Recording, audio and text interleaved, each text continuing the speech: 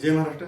नुकत्याच पार पडलेल्या धाराशिव जिल्ह्यातील जिल्हा परिषद आणि पंचायत समितीच्या निवडणुकीच्या संदर्भात सत्ता समीकरणं जुळवाजुळवीला कुठेतरी सुरुवात असताना जाणीवपूर्वक मीडियाच्या माध्यमातून जिल्ह्यामध्ये महायुतीची सत्ता आली.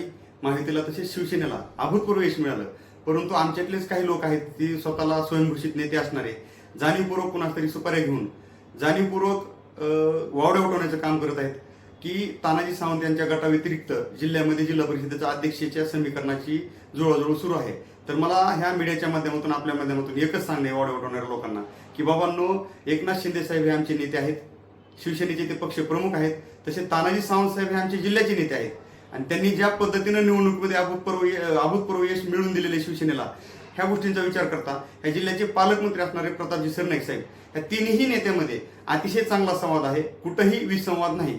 तर मला एकच सांगणं आहे, शिवसेना ही अखंड आहे, आमच्यामध्ये कुठलाही गट तट नसून आम्हाला संबंध शिवसैनिकांना या जिल्ह्यामध्ये धाराशिव जिल्हा हा शिवसेनेचा बालेकिल्ला असल्यामुळे शिवसेनेचा जिल्हाध्यक्ष जिल्हा परिषदेवर बसण्याचं, जिल्हा परिषद अध्यक्ष शिवसेनेचा बसण्यामध्ये आनंद आहे आणि याच्यासाठी आम्ही सर्व शिवसैनिक शिवसेनेचाच जिल्हा परिषदेवर अध्यक्ष बसावा या भूमिकेसाठी आग्रही आहोत. आणि या भूमिकेकडे आमचं एकनाथजी शिंदे साहेब असतील, तानाजी सावंत साहेब असतील, प्रतापजी सरनाईक साहेब असतील, हे म्हणणं आमचं गेल्या 2-3 दिवसामध्ये पूर्ण संबंध शिवसैनिकांचं म्हणणं त्यांनी ऐकून घेऊन याच्यावर 100% नक्कीच तोडगा काढून शिवसेनेचा अध्यक्ष कसा बसेल याचा आम्हाला विश्वास वाटत आहे.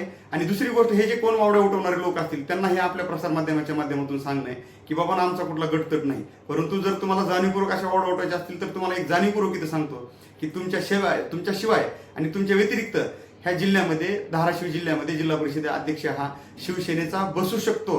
त्याच्यामुळे तुम्ही जरा थोडं वावड्या उठवताना थोडं जपून वागा, एवढंच मला ह्या मीडियाच्या माध्यमातून सांगणे. जय हिंद, जय महाराष्ट्र.